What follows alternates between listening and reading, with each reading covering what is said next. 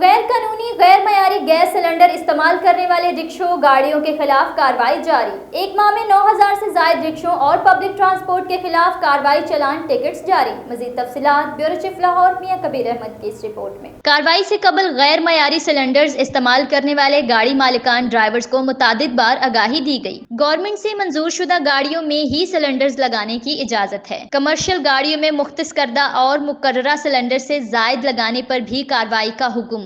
Gas cylinder استعمال کرنے والی کمرشل گاڑیوں میں فائر فائٹنگ سلنڈرز کا ہونا بھی لازمی ہوگا۔